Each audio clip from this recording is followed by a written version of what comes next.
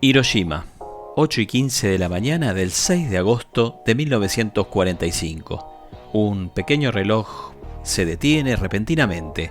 La aguja pequeña es incinerada en el momento, pero su sombra queda impresa en la esfera del reloj, haciéndola parecer como si fuera la aguja grande.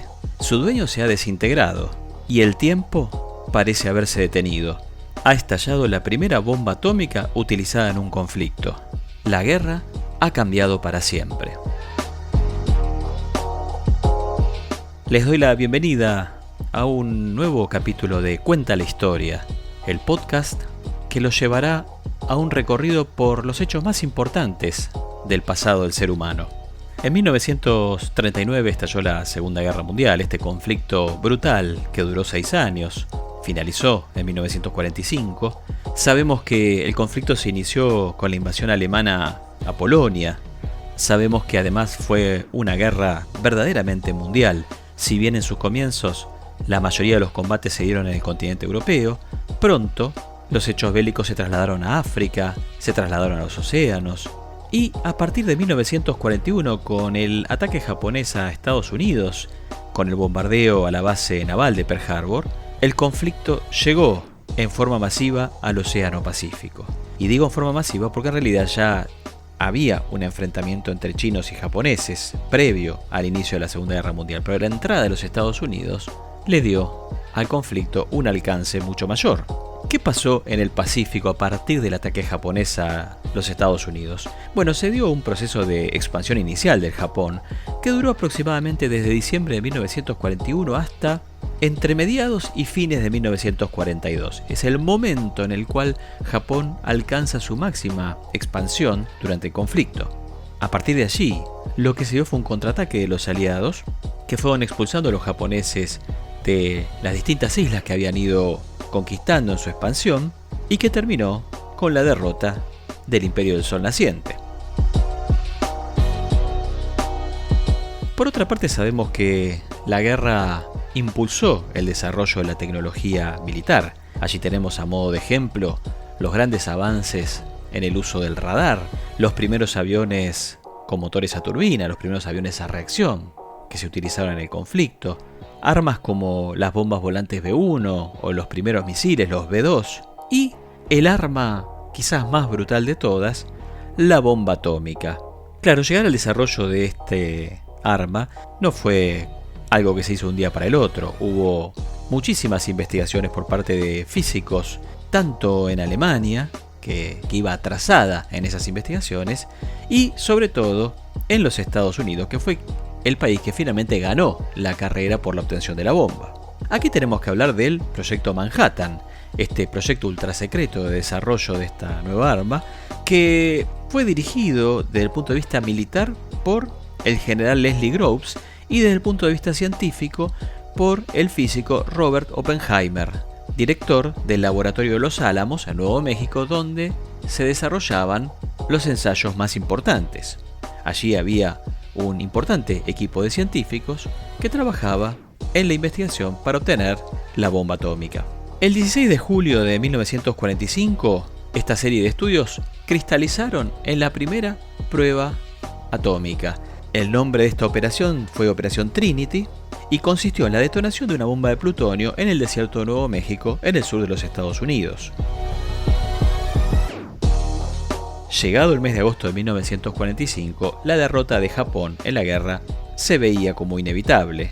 El país estaba al borde del colapso económico, faltaban alimentos, materias primas, sufría una derrota militar tras otra, su flota de guerra había sido destrozada, su aviación casi que era un recuerdo, y en ese momento el presidente norteamericano Harry Truman, que había sucedido a Franklin Roosevelt, fallecido en abril del 45, decide utilizar la bomba atómica, el nuevo juguete militar que Estados Unidos había desarrollado.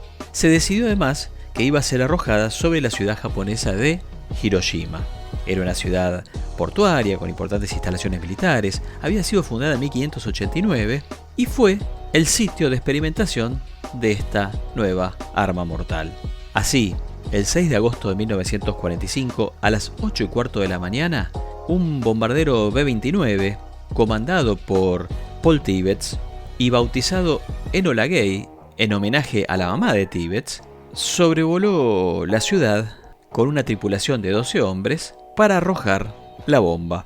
El encargado de pulsar el botón fue el mayor Thomas Fireby, el que figura a la izquierda en la foto, y le correspondió arrojar una bomba atómica que utilizaba como material fisible uranio 235.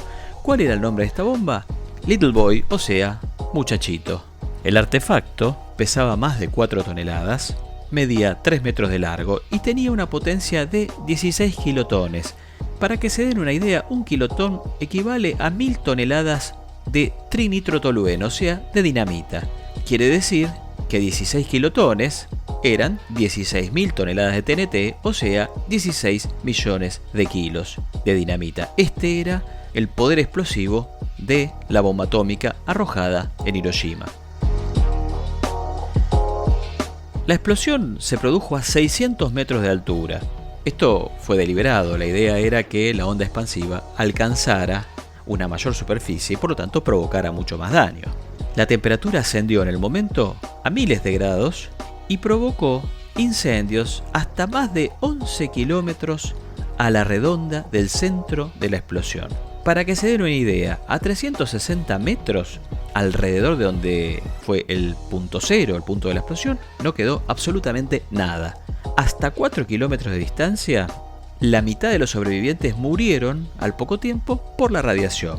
Y hasta 11 kilómetros de distancia hubo gente que sufrió quemaduras de tercer grado. O sea, fue realmente devastador. ¿Cuánta gente murió? Bueno, no está claro. Las distintas fuentes dan números diferentes. Se habla de entre 80.000 y 100.000 personas fallecidas en el momento, otras 60.000 hasta fin del año 1945 y una cifra cercana a las 200.000 personas fallecidas en total como consecuencia de este arma devastadora. En cuanto a las heridas, fueron realmente horribles: quemaduras, la ropa de mucha gente pegada y dejando su marca en el cuerpo de las personas, daños por radiación. La ciudad quedó pulverizada. Para que nos demos una idea, de 90.000 edificios quedaron solamente 28.000 en pie y muchísimos de ellos dañados. El hongo atómico alcanzó hasta los 6.000 metros de altura y fue fotografiado por George Caron, el artillero de cola del B-29 que arrojó el explosivo. Ese hongo atómico se mantuvo en la zona durante varios días y fue fotografiado nuevamente en otras ocasiones. A partir del uso de la bomba atómica, numerosos debates se refirieron a si había sido necesario o no utilizar este arma.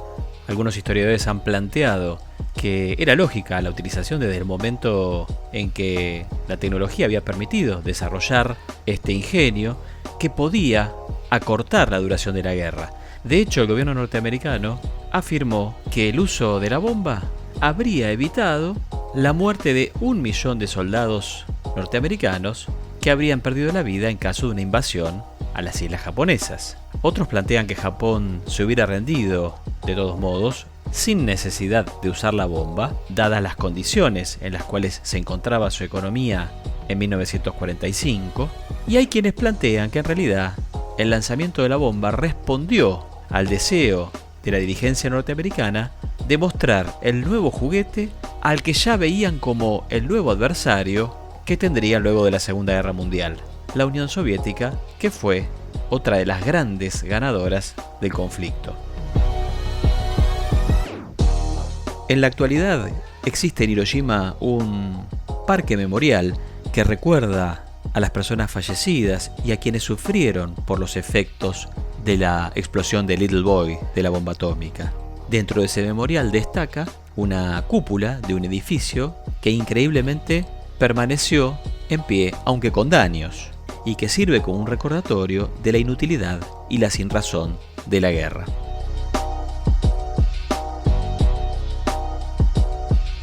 Y aquí terminamos con nuestra nueva edición de Cuenta la Historia, el podcast que te lleva a recorrer el pasado del hombre.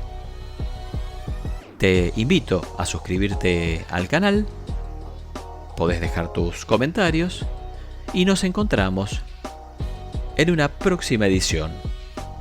Chao, gracias.